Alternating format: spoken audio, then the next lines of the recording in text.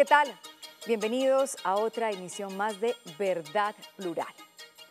A finales del año 2018, el presidente de la República, Iván Duque, firmó un decreto que prorroga por un año más, es decir, entre el 1 de enero y el 31 de diciembre de 2019, la suspensión del porte de armas en todo el territorio nacional. Ese decreto tiene un parágrafo que deja con vigencia los llamados permisos especiales para que algunos particulares puedan portar armas en nuestro territorio nacional.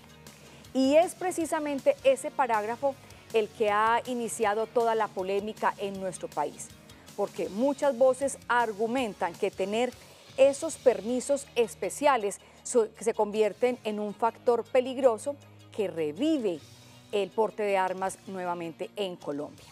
Ese es nuestro tema de hoy en Verdad Plural. ¿Está usted de acuerdo con el decreto que prohíbe el uso de armas en Colombia, pero que contempla algunas excepciones? Ustedes pueden participar con nosotros a través de nuestras redes sociales. En Instagram y en Twitter nos encuentran con @teleantioquia, #Verdad Plural. Y en Facebook nos encuentran con Canal Teleantioquia. Ustedes pueden participar, mientras nosotros aquí invitamos a dos contertulios expertos en el tema. Vamos a empezar con las mujeres. Vamos a saludar primero a la senadora de Centro Democrático, la doctora Paola Holguín. Senadora, bienvenida a Verdad Plural. Gracias por aceptar la invitación. Muchas gracias, Mabel. Un saludo para ti y para todos los televidentes.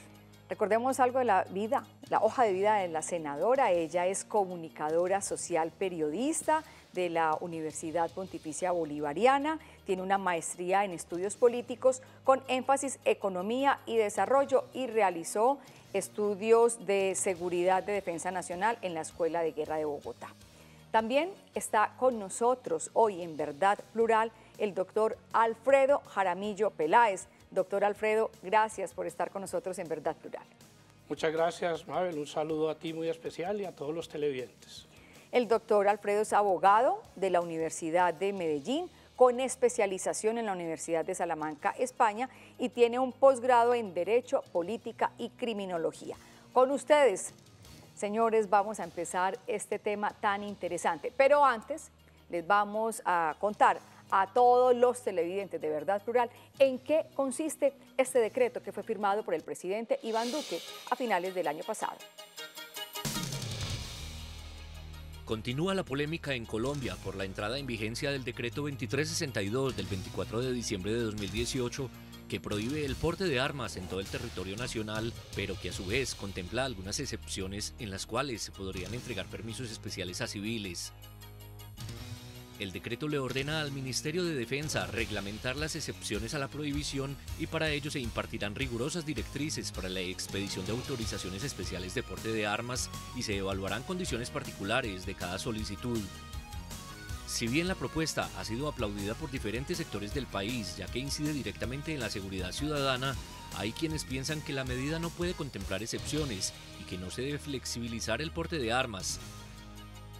¿Está usted de acuerdo con el decreto que prohíbe el porte de armas en Colombia, pero que contempla algunas excepciones? Hoy, en Verdad Plural. Ahí estaba entonces nuestro tema de hoy.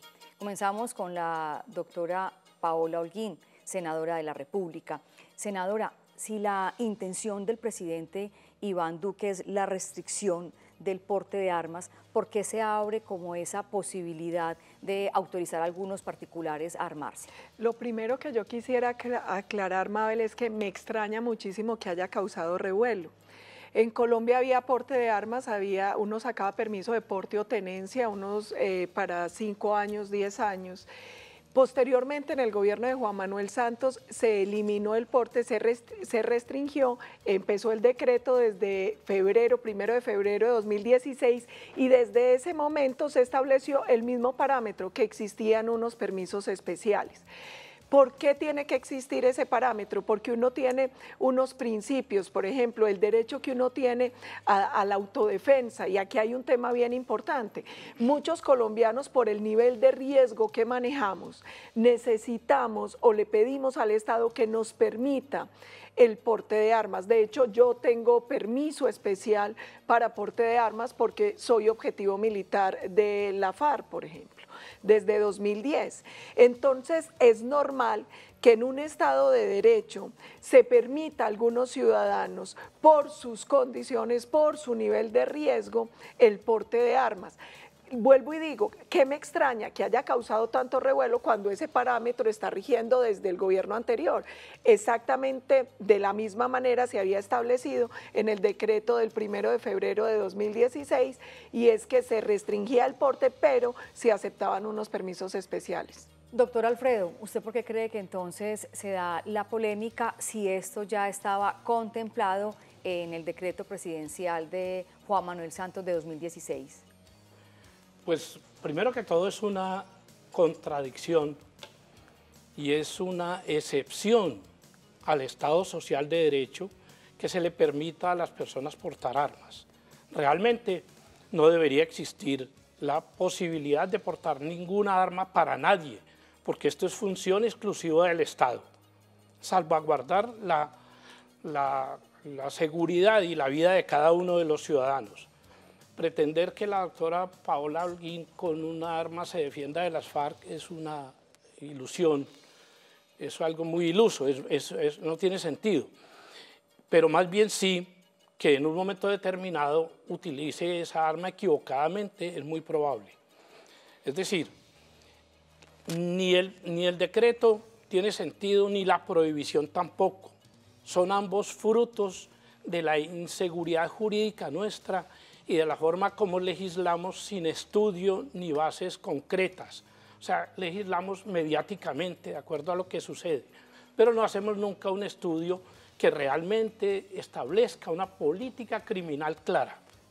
Doctora Paola, ¿quiere contestarle a lo que está diciendo él o podemos seguir con otra pregunta? Si quiere continuamos, pero Sí. ahí también hay un tema claro, y yo seguramente no podré enfrentar a la FARC, pero por el nivel de riesgo, por tener amenazas permanentes, el Estado me permite a mí, buscando mi autoprotección por mi nivel de riesgo, por el cargo que ocupo, el uso de armas de fuego.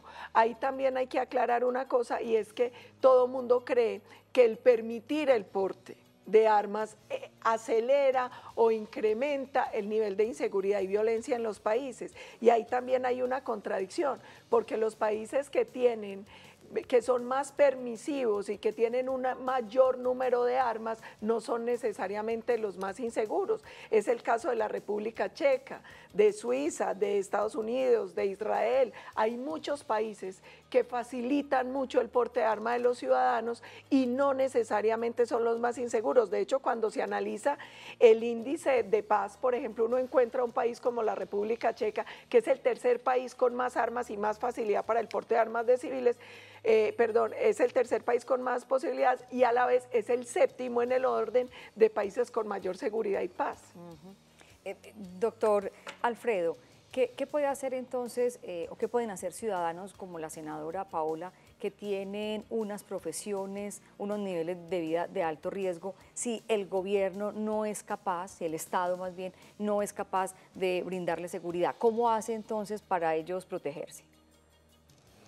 Pues es triste, pero pensar que la doctora se puede defender con un arma es absurdo, porque la persona que va a atacar a alguien va preparado, el otro está tranquilo, no puede andar la senadora por todas partes diciendo usted me va a disparar, ¿cierto? Entonces, eso es una utopía.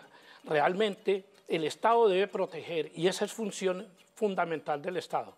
Los ciudadanos, que les den o no viabilidad de porte, es una negación del Estado de Derecho, es una posibilidad de que por ese medio una cantidad de personas que cumplen condiciones similares a la doctora, que ella naturalmente sí lo necesita o le da algo de seguridad o se siente protegida con un arma, da una posibilidad amplísima de corrupción y de que detrás de ella salgan una cantidad de personas y tengan permiso de arma y lo utilicen mal utilizado. Ahí también yo quiero hacer una observación. Por ejemplo, en el caso de Brasil, Brasil quitó el porte de arma desde 2003 y se dispararon los homicidios y los crímenes. Ahora Bolsonaro nuevamente vuelve a permitir el porte. Entonces yo creo que hay una cosa clara. Bienvenido el esfuerzo de todos los gobiernos por desarmar a la población civil. Todos tenemos claro, quienes somos demócratas, que el porte de las armas es un tema exclusivo del Estado, pero nosotros también tenemos que ser realistas.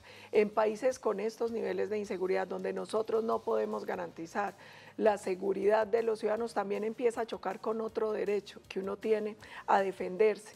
Y ahí yo coincido con un punto que señalaba ahora el doctor, y es que sí es muy importante una política criminal integral, una política que pueda garantizar la seguridad de todos los ciudadanos, no de este porque es senador o de aquel, de todos los ciudadanos. Eso me parece fundamental. Y yo también creo que el desarme de la población civil puede llegar a ser el punto de llegada, pero no el punto de partida, porque es que hoy el Estado no tiene la capacidad, lamentablemente, de garantizar la seguridad de todos los ciudadanos. Muchísimas gracias. Comenzó el debate con ustedes, personas que conocen del tema, y por eso los invitamos acá en Verdad Plural para entregarles a todos ustedes, nuestros televidentes, argumentos. Vamos a hacer una pausa y ya regresamos.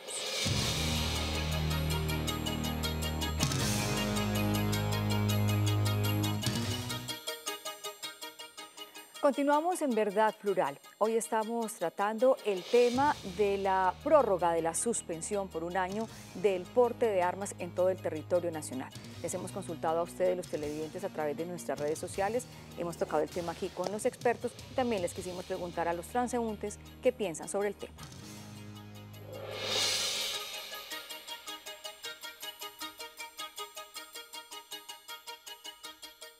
Totalmente de acuerdo, porque yo pienso que el problema que tenemos en este país es que cualquiera puede portar un arma a bajo costo. Entonces yo considero que sí, me parece muy bueno, lo apoyaría. No me parece. De hecho, si se le niega a todos, sencillamente todos deberían realizar ese procedimiento. Y solamente las armas que las manejen las fuerzas militares. Si van a poner una ley sería para todos, no solamente para algunas personas. Entonces para mí no me parece, la verdad. Es que hoy todos necesitamos estar armados porque todos estamos amenazados. No estoy de acuerdo, pues porque ya es un peligro para la sociedad con tanta violencia, tanta intolerancia, pues no, es peor. Es a veces necesario porque no hay servidores públicos como suficientes a veces para toda la cantidad de gente y delincuencia que hay en la ciudad. Entonces sí consideraría que sería bueno que ciertas personas tuvieran acceso a las armas. Los ladrones con permiso, sin permiso, van a utilizar las armas, entonces para mí es lo mismo. Para continuar con ese tema, es importante que hagamos claridad entre porte y tenencia. Tenencia es cuando usted puede tener el arma en su casa o en su finca, que no se puede mover. Y el porte es cuando usted la carga y se puede movilizar por todo el territorio nacional. El decreto, doctor Alfredo, solamente habla de la suspensión de la prórroga del porte. Sí, efectivamente, solamente toca la suspensión del porte. ¿Y usted está de acuerdo con que entonces usted sí pueda estar armado en su finca o en su casa, si usted vive en una vereda muy alejado, solo, sin vecinos? ¿Sí cree que ahí sí podría estar una persona armada? Me parece que la tenencia va más en sentido claro respecto a la defensa. O sea, yo sí puedo advertir que alguien va a entrar a mi casa y puedo utilizar la legítima defensa con un arma que tenga, que no es lo mismo portarla en un bolsillo y sacarla frente a un ataque. O sea, yo sí veo la tenencia un poco más clara. Pero es que el decreto en sí no tiene sentido porque es, por un lado, prohibir y por el otro lado, permitir. Es decir, ¿con qué razón hace una cosa y permite la otra? Una excepción de excepción, una cosa que nadie entiende. O sea, prohíbo el porte de armas por un año, pero legalizo unos permisos especiales, ¿con qué criterio? Eso es lo grave que es. O sea, hay que ir en contra del porte ilegal de armas, pero lo legal, el Estado tiene que establecer unos criterios, pero sumamente claros. Doctora Paola, ¿de dónde sale ese temor que con este decreto se pueda dar paso nuevamente a los grupos paramilitares? No entiendo el temor, es un temor infundado y quiero hacer varias claridades porque a veces el ciudadano no sabe cómo funcionaba. En Colombia hasta 2016, cualquier ciudadano que sintiera que necesitaba el uso de un arma iba ante las autoridades competentes y hacía solicitud o de porte o de tenencia. Y eso se llama salvoconducto, lo que conocemos como salvoconducto. El salvoconducto, ¿cómo operaba? Para 10 años por tenencia, para 5 años para porte. Entonces, cada 10 o cada 5 años usted tenía que ir ante la autoridad competente a renovar su salvoconducto. A partir de 2016, el gobierno Santos, ¿qué dice? Ya acabamos con el porte, ya ahora quien quiera portar el arma requiere un permiso especial. Ese permiso especial se otorga solo por un año. Ahí hay varias cosas para tener en cuenta. La primera, yo creo que la preocupación no debe ser desarmar a los ciudadanos de bien, sino desarmar a los bandidos. Y ahí también se vienen dando unos avances en la jurisprudencia. Antes, el porte ilegal de armas hasta 2017 era un delito excarcelable. A partir de 2017 se establece que el porte ilegal de armas tiene cárcel y en 2011 se incrementó la cárcel porque iba de 4 a 8 años, luego en 2011 se incrementa la pena para quien porte ilegalmente las armas. ¿Qué creo yo? Que la lucha tiene que ser para combatir el porte ilegal, para desarmar a los bandidos, que esos nunca van a las brigadas ni a ninguna parte a pedir salvoconducto. Y ahí también yo quiero hacer claridad y es que esto obedece también a unas sentencias de la Corte y a un marco constitucional y legal. La Constitución colombiana es muy clara en el artículo 223 y es que el monopolio estatal debe estar, el monopolio estatal de las armas queda allí establecido, pero también se faculta otorgar permisos y revocarlos en cualquier momento por parte de autoridades competentes. Desde 1993, por decreto, se establece cuáles son las autoridades competentes para otorgar esos permisos para las armas y los salvoconductos. Entonces, esto no es nada nuevo. Esto no es nada nuevo. Yo no entiendo por qué ha generado tanto revuelo. Y vuelvo y digo, claro que lo óptimo es el monopolio de las armas por parte del Estado. Eso es a lo que tenemos que llegar en un Estado social de derecho. Qué rico que en Colombia ningún particular tuviese que cargar un arma para tratar de defenderse, pero la realidad es que la situación de seguridad en el país hoy no lo exige porque hoy no tenemos la capacidad de hacerlo. Eso nada tiene que ver con estructuras criminales ni paramilitares, porque es que en ninguna parte del decreto autoriza a los bandidos a tener armas, ni a las estructuras criminales a tener armas. Son ciudadanos de bien. Además, usted tiene que ir a pasar unos filtros. Mire, a usted le piden toda la información de su arma, usted va, le piden absolutamente todos los datos, le piden su declaración de renta, todos sus datos, le piden recomendaciones, le piden de todo. Y yo lo digo porque yo fui a sacar el permiso y son muchos los filtros que uno tiene que pasar para que se lo den. Y entonces, ¿de dónde sale el otro temor que eso va a generar más corrupción, doctor Alfredo? Mire, a una persona que cumplía todos los lineamientos, como dice la doctora, le daban el salvoconducto. Ahora, por virtud de la ley, se lo quitan. Le quitan esa posibilidad, cuando ya se estableció que tenía necesidad de portar un arma. Se la quita. Y ahora se establece otra forma. ¿Qué quiere decir eso? Es decir, que los estamentos nuestros, que son naturalmente corruptos, van a encontrar una fuente de corrupción mucho mayor. Es exigirle a las personas lo que la doctora dice, más una cantidad de papeles para darle un permiso que ya lo tenía la persona. Entonces yo no me explico qué es lo que tratan de hacer con eso. Es decir, que de una excepción crear una excepción de la excepción. ¿Qué busca con eso el Estado? A la persona le daban el permiso y ahora se lo quitan. ¿Por qué? ¿En virtud de qué? A una persona le dicen, usted que tiene salvoconducto no puede portar el arma. ¿Por qué? Pero después crean una posibilidad para un permiso especial. ¿Qué significa eso? Así venía el decreto desde 2016, desde el 1 de febrero de 2016, y yo creo que ahí la intención era empezar a desarmar cada vez más a la ciudadanía, pero dejar un derecho del ciudadano de autodefensa con su, permitiéndole permiso especial en caso extremo. Yo en cambio soy de una postura y es volvamos al método anterior, simplemente salvoconducto, deporte o tenencia por 5 o 10 años sin necesidad de permiso especial, siendo muy exigentes en los requisitos y en los controles ciudadanos. Pero vuelvo y digo, para mí la angustia del Estado tiene que concentrarse en el desarme de los bandidos, no de los ciudadanos de bien, porque vuelvo y digo, el tema... Uno no puede asociar necesariamente los niveles de violencia con el tema de las armas y está demostrado en el mundo. Hay muchos países que tienen mucho más abierto la posibilidad de porte de armas y no tienen nuestros temas de violencia. También entiendo que hay una preocupación legítima del gobierno y es empezar a restringir cada vez más la posibilidad de que los ciudadanos estén armados. Claro, es que también tenemos que mirar las cifras que tenemos en Colombia. Según datos de la Policía Nacional, en el año 2017, 200 personas murieron por balas perdidas y se dice que esas balas perdidas casi siempre vienen es de armas que no tienen, armas ilegales. Exacto. Que no tienen Lógicamente que esa es el arma que viene, de ahí proviene, de esas balas perdidas son en un 95% de armas que no tienen permiso para deporte. Esa es la realidad. Lo único, conclusiones, porque es que aquí, como se llama nuestro programa, no hay una sola verdad. Insistimos, la verdad no es absoluta.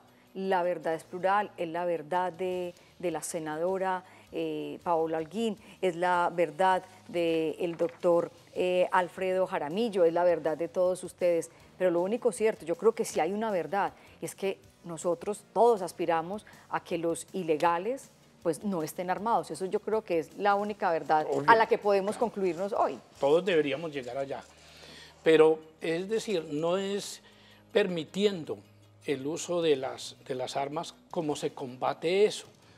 Es decir, hay que hacer un estudio muy profundo sobre los ciudadanos que necesiten, y ojalá nadie lo necesitara, porque eso sería lo ideal, que el país tuviera la suficiente capacidad de proteger a sus ciudadanos sin que ellos utilicen las armas. Pues hay que, y volvemos a hablar de verdades, y esta es una verdad de perogrullo, pues lo que hay que hacer, el Estado lo que tiene que hacer es reforzar más en educación, claro, más oportunidades de empleo para poder tener un país con muchísima más armonía. Y una cosa importante, porque muchas veces se dice es que como hay pobreza, hay violencia, no, yo creo que esos temas de inequidad y pobreza no son causas objetivas de la violencia, hay múltiples causas. ¿Qué creo yo que es importante? Como empezaba el doctor, y es busquemos una política criminal integral, busquemos desarmar a la criminalidad antes que a los ciudadanos de bien, aseguremos el control eficiente de las armas por parte del Estado, que es lo más importante, y entendamos que no necesariamente el tema de que el ciudadano pueda tener arma se relaciona con el homicidio, porque como lo decía al comienzo, hay países como la República Checa, 7º en índice de paz y es el 3º en el mundo con más sociedad civil armada. Aquí gran parte del tema de delincuencia está también asociada a problemas de convivencia ciudadana. Entonces tenemos que trabajar en muchos temas. Yo creo que es necesaria una visión mucho más integral y sobre todo un sistema de justicia eficiente, eficaz, que nos garantice el combate a la criminalidad. Así es. Senadora Paola Holguín Moreno, muchísimas gracias por estar con nosotros en Verdad Plural. Doctor Alfredo Jaramillo Peláez, gracias por entregarnos todo su conocimiento y sus argumentos muy importantes para el debate. Y por supuesto, muchísimas gracias a todos ustedes que siempre están ahí atentos a lo que les entregamos en Teleantioquia. Gracias por estar con nosotros en Verdad Plural. Que tengan todos una feliz semana. Hasta pronto.